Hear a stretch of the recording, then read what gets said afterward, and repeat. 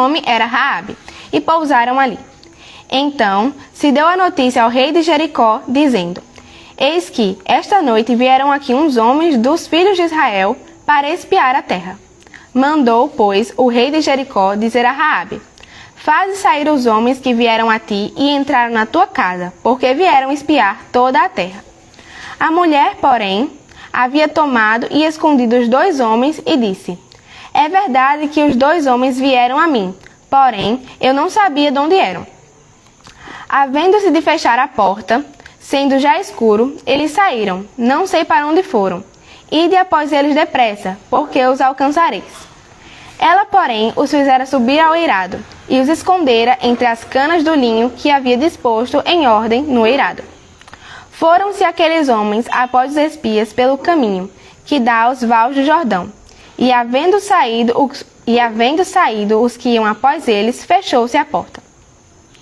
Antes que os espias se deitassem, foi ela ter com eles ao eirado, e lhes disse: Bem sei que o Senhor vos deu esta terra, e que o pavor que infundis caiu sobre nós, e que todos os moradores da terra estão desmaiados.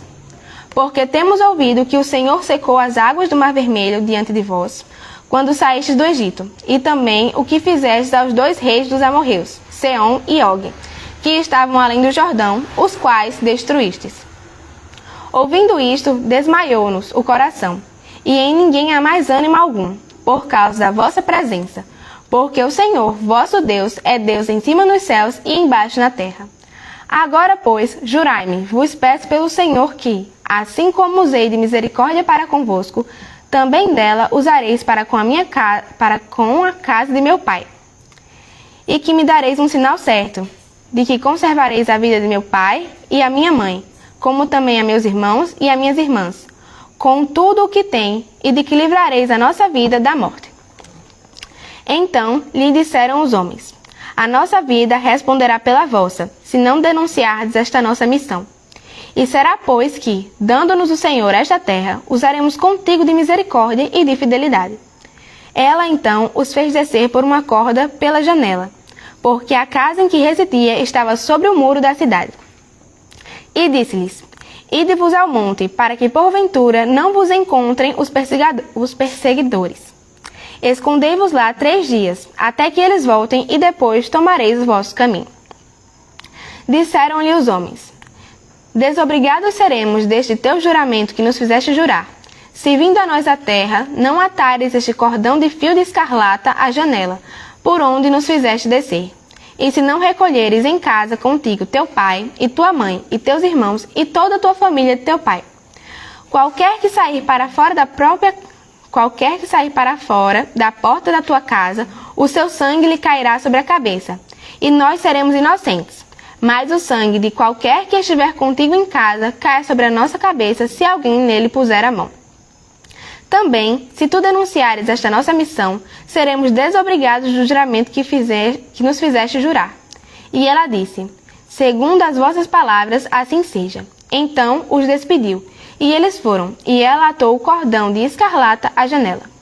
Foram-se, pois, e chegaram ao monte, e ali ficaram 3 dias, até que voltaram os perseguidores, porque os perseguidores os procuravam por todo o caminho, porém não os acharam.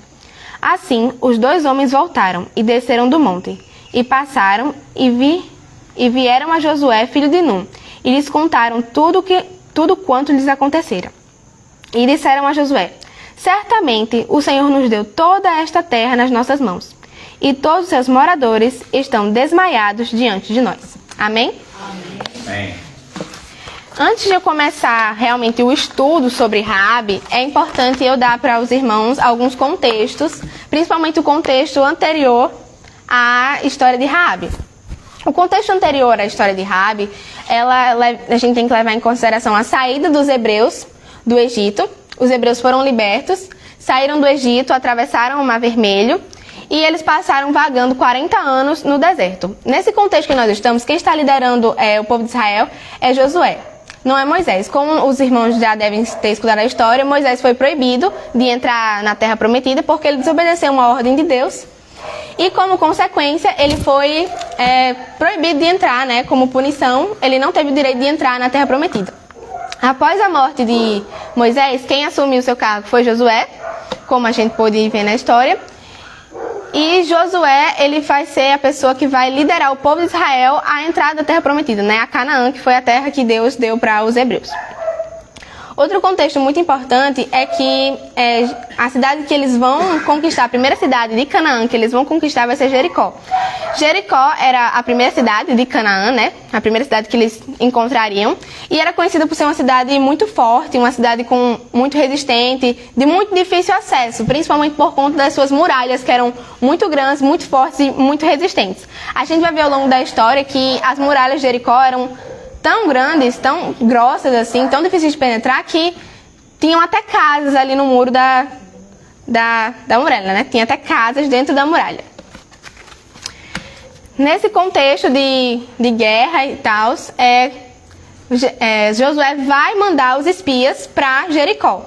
Ele manda esses espias com que intuito? Com o intuito de eles trazerem informações relevantes para a guerra de Canaã, né? Para a guerra da Terra Prometida. Que tipo de informação? Tipo de como era a comida, como era a água, como era o exército de Jericó, quais eram as melhores entradas, melhores saídas para eles ficarem mais situados, né? Quando a gente está em um ambiente que a gente não tem muita, digamos assim, muita familiaridade, é mais fácil a gente ser pego de surpresa. Se eles tivessem certas informações de Jericó, seriam mais fáceis eles se saírem bem. É aquele negócio, né? Quando a gente faz uma coisa pela primeira vez, não dá muito certo. Se a gente faz pela segunda, como a gente já tem mais experiência, a gente vai se sair melhor. E eles tendo essa experiência dos espias, eles se sairiam muito melhor. Nesse contexto, quando os espias já estão em Jericó, que é quando Raabe, a nossa personagem, ela vai entrar na história. A Bíblia não nos diz exatamente a razão do porquê os espias acabaram encontrando Raabe, como encontraram Raabe, por que foram para lá. Só diz que eles estavam em Jericó e depois estavam na casa de Raabe. Eita. Chamou a atenção. Sem querer. Enfim, só diz que eles de alguma forma chegaram à casa de Raabe. E o rei de Jericó acaba descobrindo que 2 homens israelitas estão em Jericó, foram para espiar a terra e manda alguns de seus homens para ir até a casa de Raabe para impedir que esses homens cheguem a Josué, né? Para impedir que esses homens cheguem ao acampamento deles, porque afinal eles estavam levando informações cruciais deles para o povo inimigo deles, né? Que no caso seriam os israelitas. Então ele vai lá até a casa de Raabe, fala com Raabe, e Raabe diz que os espias já não estão mais com ela. Raabe diz que os espias saíram e que é para eles irem logo atrás dos espias porque os portões da cidade iriam fechar. Como Jericó era uma cidade murada, né? Eles tinham que ter como sair, né? Então, obviamente, a cidade tinha portões. E esses portões, eles tinham hora para abrir e hora para fechar. Então, como a Bíblia relata, já estava no entardecer, né? Já estava ficando escuro. Então, os espias já tinham saído pelos portões. Se os perseguidores demorassem aí, eles iriam ficar para trás e não conseguiriam alcançar os espias se realmente os espias tivessem saído. Foi uma sacada bem inteligente de Raabe, apesar do fato dela ter mentido, né? Isso o pastor fala depois, né? Mas foi uma sacada interessante porque ela alertou eles dizendo que eles já tinham saído, mandou eles irem embora. Eles saíram, os portões fecharam, eles não tinham mais como voltar. Então Raabe ficou mais, digamos assim, mais à vontade para poder conversar com os espias e esconder os espias. Né? Depois que os perseguidores foram embora e eles acabaram sendo trancados do lado de fora procurando os espias, Raabe vai até eles e faz um pedido e lhe conta algumas situações do que estão acontecendo. Em Josué 2:9 a gente vai ver, como a gente leu, né, que Raabe vai começar a contar para os espias como o povo de Jericó está se sentindo amedrontado, está temeroso com a chegada de Israel. Porque o povo de Jericó já anda ouvindo algumas histórias que vem ecoando por aí de alguns feitos que o nosso Deus fez. Ela cita 2 feitos, que são a abertura do Mar Vermelho, né? Como a gente já sabe que eles foram fugir do Egito, né? O rei voltou atrás e Deus abriu o mar para os hebreus passarem, os passarem de pé seco, né? Foi um desses feitos. O outro foi a destruição de 2 reinos, dos amorreus. basicamente assim, a gente tem o rio, aqui nós temos o rio. Desse lado aqui a gente vai ter Canaã e desse lado aqui a gente tem alguns reinos dos amorreus, certo? Os hebreus eles tinham que atravessar essa cidade dos amorreus para conseguir chegar à terra prometida. Então Josué ele vai falar lá com os reis pedindo permissão para poder passar pela terra deles, mas o rei simplesmente nega e decide atacar os hebreus. Como consequência, eles são completamente destruídos, né? E a gente vê como Deus ajudou o povo dele nesse quesito, né? Eles não estavam nem preparados assim para a guerra, eles só foram lá pedir permissão para atravessar o reino deles, para aí sim conseguir chegar em Canaã e conquistar a terra que Deus deu para eles.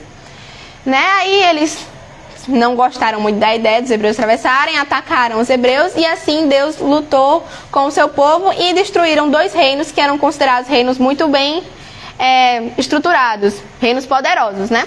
E essa história chegou até Canaã e isso deixou o pessoal de Jericó, tipo, meu Deus, eles destruíram aqueles 2 reinos, né? O que eles vão fazer com a gente? Eles são realmente pessoas muito poderosas. O Deus deles está cuidando muito bem deles, né? Eu botei aqui essa história dos reis, se passa em Números. Botei aqui Números para ler para os irmãos o contexto. Números 21, do 32 ao 35. Não precisam abrir.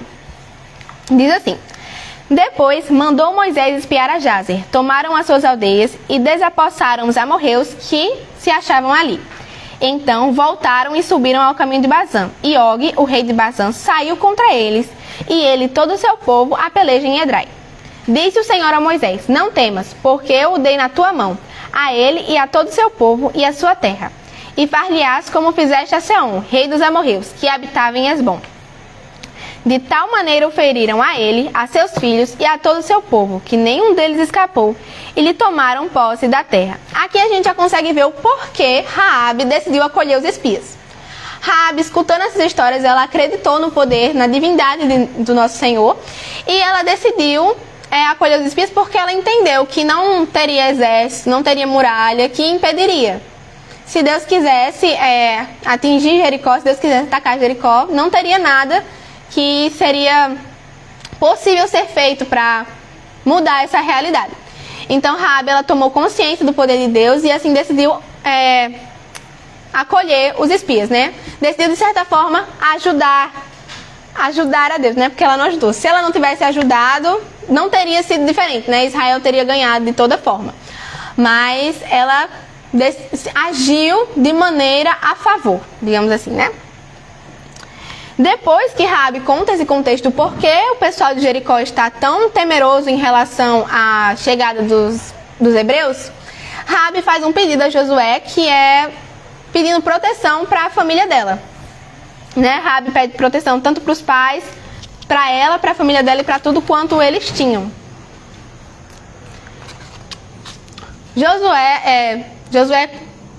Os espias falaram com Raabe, né? E eles começaram a dizer que eles sim protegeriam ela e a família dela com algumas condições. A condição de Raabe era que ela não denunciasse a missão dos espias. E Raabe teria que cumprir 3 requisitos. Raabe teria que amarrar o fio de escarlata à janela. Né? Muitas pessoas relacionam isso com a 10ª praga do Egito. Não sei se os irmãos lembram, mas a 10ª praga do Egito era em relação à morte do filho primogênito. E as casas que estivessem marcadas com o sangue do cordeiro não seriam atingidas. Já serviria como um tipo de sinalização, digamos assim. E demonstração de fé também, né? Então, muitas pessoas relacionam. Até porque os outros israelitas não iriam saber qual era a casa de Raabe. Então, Raabe, ela teria que amarrar esse fio de escarlata. Ela teria que estar com todos os seus familiares dentro da sua casa. E ela não poderia denunciar a missão dos espias. Depois que Raabe faz esses requisitos, né? Raabe dá uma instrução para os espias, que é os espias se esconderem em uma montanha durante 3 dias. Os perseguidores, eles foram atrás dos espias pelo caminho que eles iriam percorrer. Então, se eles fossem agora, provavelmente, se não encontrassem eles na ida, encontrariam na volta, né? Então, Raabe mandou eles se se esconderem assim durante 3 dias até que eles voltassem, para assim conseguirem ir em segurança. Essa parte acaba no capítulo 2. Aí, dentre os outros capítulos, vai ter algumas outras informações, dentre elas a passagem do povo de Israel pelo Rio Jordão, que vai ser basicamente igual ao Mar Vermelho, né? Deus vai abrir o Rio Jordão e eles vão passar. E a história de Raabe volta pra gente de novo no capítulo 6. No capítulo 6 vai ser quando os israelitas eles vão atacar Jericó. Realmente eles vão conquistar Jericó. Aí eu coloquei aqui a leitura do capítulo 6 para os irmãos. É importante lembrar que Deus colocou uma série de requisitos também para os israelitas eles seguirem, né? Então a gente vai ver que vai ter, eles vão ter que rodear 7 dias, depois de rodearem 7 dias eles vão ter que dar um grito, e eles vão ter que levar a Arca da Aliança, alguns sacerdotes vão ter que levar, como se fosse uma trombeta de chifre de carneiro, assim. Eu vou ler para os irmãos, aí peço que os irmãos prestem atenção nessa leitura. Josué 6, do 12 ao 27, diz assim: Levantando-se Josué de madrugada, os sacerdotes levaram de novo a arca do Senhor. Os 7 sacerdotes que levavam as 7 trombetas de chifre de carneiro diante da arca do Senhor iam tocando continuamente. Os homens armados iam adiante, e a retaguarda seguia após a arca do Senhor, enquanto as trombetas soavam continuamente. No segundo dia, rodearam outra vez a cidade, e tornaram para o arraial, e assim fizeram por 6 dias. No 7º dia, madrugaram ao subir da alva, e da mesma sorte rodearam a cidade 7 vezes. Somente naquele dia rodearam a cidade 7 vezes. E sucedeu que, na 7ª vez, quando os sacerdotes tocavam as trombetas, disse Josué ao povo: Gritai, porque o Senhor vos entregou a cidade. Porém, a cidade será condenada, e ela e tudo quanto nela houver. Somente viverá Raabe, a prostituta, e todos os que estiverem com ela em casa, porquanto escondeu os mensageiros que enviamos. Tão somente guardai-vos das coisas condenadas, porque, tendo-as vos condenado, não as tomeis, e assim torneis maldito o arraial de Israel e o confundais. Porém, toda a prata e ouro e utensílios de bronze e de ferro são consagrados ao Senhor. Irão para o seu tesouro. Gritou, pois, o povo de Israel, e os sacerdotes tocaram as trombetas. Tendo ouvido o povo o sonido da trombeta, e levantando um grande grito, ruíram as muralhas. E o povo subiu à cidade, cada qual em frente de si, e a tomaram. Tudo quanto na cidade havia, destruíram totalmente a fio de espada, tanto homens como mulheres, tanto meninos como velhos, também bois, ovelhas e jumentos. Então disse Josué aos 2 homens que espiaram a terra: Entrai na casa da mulher prostituta e tirai-a de lá com tudo quanto tiver, como lhe jurastes. Então entraram os jovens os espias e tiraram Raabe e seu pai e sua mãe e seus irmãos e tudo quanto tinha. Tiraram também toda a sua parentela e os acamparam fora do arraial de Israel. Porém, a cidade, tudo quanto nela havia, queimaram-no. Tão somente a prata, o ouro e os utensílios de bronze e de ferro deram para o tesouro da casa do Senhor. Mas Josué conservou com vida a prostituta Raabe, e a casa de seu pai, e tudo quanto tinha, e habitou no meio de Israel até o dia de hoje, porquanto esconderam os mensageiros que Josué enviara a espiar Jericó.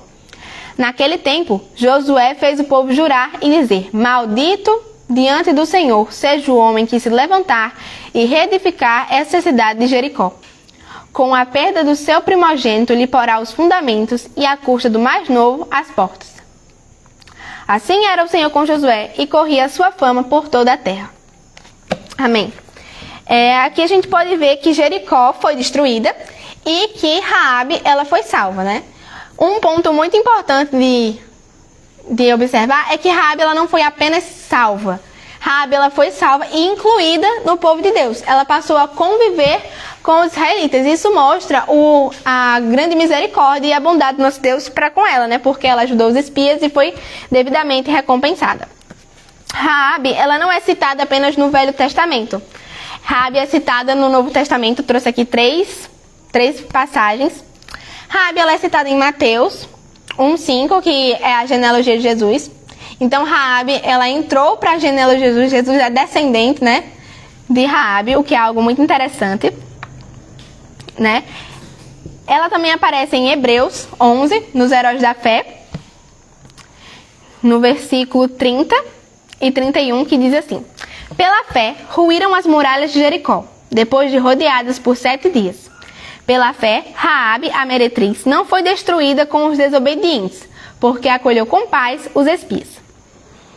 E Raabe também aparece em Tiago, quando ele está falando sobre a importância das obras. Diz assim: Verificai que uma pessoa é justificada por obras e não por fé somente. De igual modo, não foi também justificada por obras a meretriz Raabe, quando acolheu os emissários e os fez partir por outro caminho? Porque assim como o corpo sem espírito é morto, assim também a fé sem obras é morta. Da história de Raabe, eu tirei 3 lições que eu vou passar para os irmãos. Que a primeira delas é que Raabe, ela reconheceu o poder de Deus. Ela não se apegou, como eu disse, aos muros da sua cidade, ao exército. Ela não se apegou à confiança dela ou a qualquer outra coisa. Ela se moveu todo o tempo como se ela soubesse que não importava o que fosse feito, Jericó seria invadida e destruída. Às vezes a gente acaba olhando para certas situações com um olhar muito humano, como se algumas situações elas fossem fáceis demais, tipo, não tem como dar errado, tá muito fácil aqui, não tem como dar errado aqui, não tem nenhuma porta para onde sair. Mas assim, gente, tudo pode dar errado, não importa a questão da circunstância. Um fato muito curioso é que seria impossível, né, os israelitas vencerem Jericó, derrubarem aquelas muralhas, invadirem aquela cidade. Eles só conseguiram porque Deus auxiliou. No capítulo 7 de Josué, não sei se os irmãos lembram, mas vai contar a história de Acã. Acã, ele era um guerreiro de Israel, e ele pecou e acabou levando a derrota de Israel em alguns quesitos. Depois de Jericó, Josué envia um pequeno grupo para Ai, para conquistar a cidade de Ai. Tanto que Josué fala que são poucos inimigos, no capítulo 7 ele fala, são poucos inimigos, vou enviar poucos homens que está tudo bem. Ele enviou cerca de 3.000 homens para conquistar Ai e eles perderam essa disputa de Ai. Eles ganharam Jericó, que era uma cidade imensa, muito maior que Ai, que era uma cidade muito mais difícil, mas Ai eles perderam. E aí Josué fica muito aflito e vai perguntar a Deus: Senhor, por que o Senhor nos enviou para esta terra para perecer na mão dos amorreus? E aí Deus vai revelar para Josué que alguém do povo dele pecou. E a gente vai descobrir que foi Acã. Acã, ao invés dele seguir as ordens de Deus, que era para destruir tudo que havia em Jericó, que era para nada deveria ficar, não ficaram nem os animais, e todo o tesouro como prata, ouro, bronze e ferro deveriam ir para o tesouro do Senhor. O resto não deveria ser pegado nada porque era maldito. Acã, ele pegou uma túnica e pegou uma barra de ouro por pura ganância, escondeu e, ignorando as ordens de Deus, acabou levando o povo de Israel a perder a guerra de Ai. E isso é uma forma da gente pensar de que como Ai seria um ambiente fácil de ser ganho pelos israelitas, né? Eles ganharam Jericó, porque não poderiam ganhar Ai também, né? Mas eles só ganharam Jericó porque eles estavam com Deus. Eu estava estudando e lembrando de outras pregações que teve na mocidade, né? Como, por exemplo, a pregação que Jackson fez sobre Gideão. Jackson estava falando pra gente que era um exército de 32.000 homens e que Deus reduziu esse exército a apenas 300 homens. Foram guerrear com apenas 300 homens. E essa redução é feita justamente para mostrar que os hebreus não estavam ganhando pela força deles. Não era pela quantidade de soldados que eles tinham. Eles estavam ganhando porque Deus estava com eles. Então, Raabe, ela teve essa plena consciência, ela entendeu o poder de Deus, ela teve consciência disso e ela decidiu ajudar os espias porque ela sabia que nenhuma outra opção seria viável, nenhuma outra opção seria melhor que aquela. O segundo lembrete é sobre a graça de Deus. Como o texto ele deixa bem claro, Raabe, ela era uma prostituta. E se nós formos bem sinceros com nós mesmos e pensássemos que alguém seria, digamos assim, liberto, alguém seria salvo de Jericó, Raabe provavelmente seria uma das últimas pessoas que pensaríamos, se ela entrasse na lista. Raabe, ela era uma prostituta, não era uma mulher respeitada, nem pela sociedade dela, nem pelo lugar que ela morava, quanto mais por um povo estrangeiro, né? Como os israelitas. Já seria 2 pontos. Ela era uma cananeia e ainda era uma prostituta. 2 pontos negativos, digamos assim, né? Então, Raabe não seria uma escolha óbvia para a salvação. Raabe só foi salva porque Raabe acreditou em Deus e ela fez por onde? Ela acreditou e ela quis ajudar os espias. Ela não era uma escolha óbvia. Na verdade, a gente pensaria, se fosse alguém para ser salvo, deveria ser alguém justo, né? Alguém corretinho.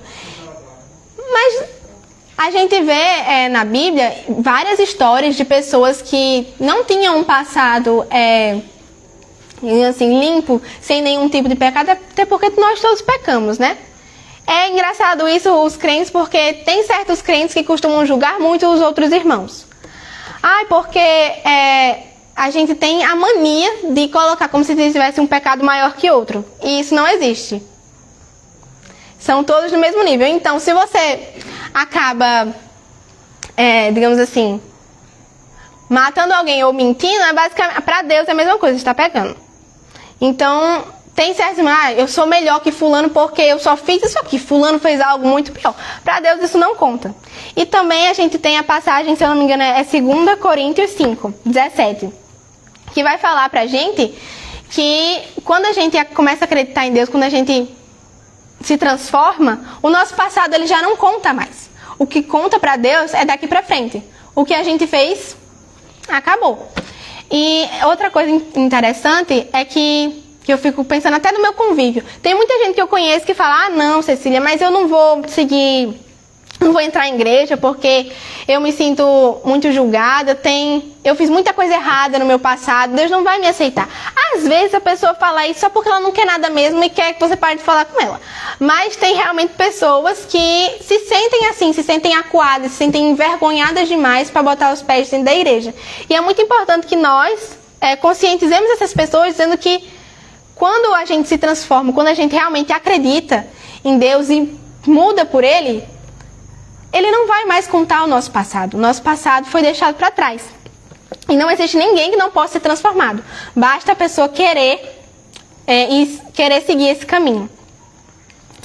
E o outro ponto que eu queria deixar para os irmãos é que a verdadeira fé, ela se manifesta. Ou seja, a verdadeira fé, ela produz obras.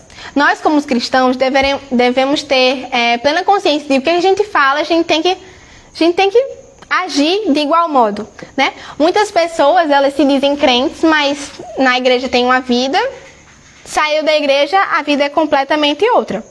Outras pessoas dizem que não é necessário ter obras. Claro, nós não somos salvos pelas obras, mas uma fé verdadeira, ela produz sim obras. Em Tiago 2, do 14 ao 26, Tiago vai falar justamente sobre isso. Eu vou ler para os irmãos. Meus irmãos, qual é o proveito se alguém disser que tem fé, mas não tiver obras?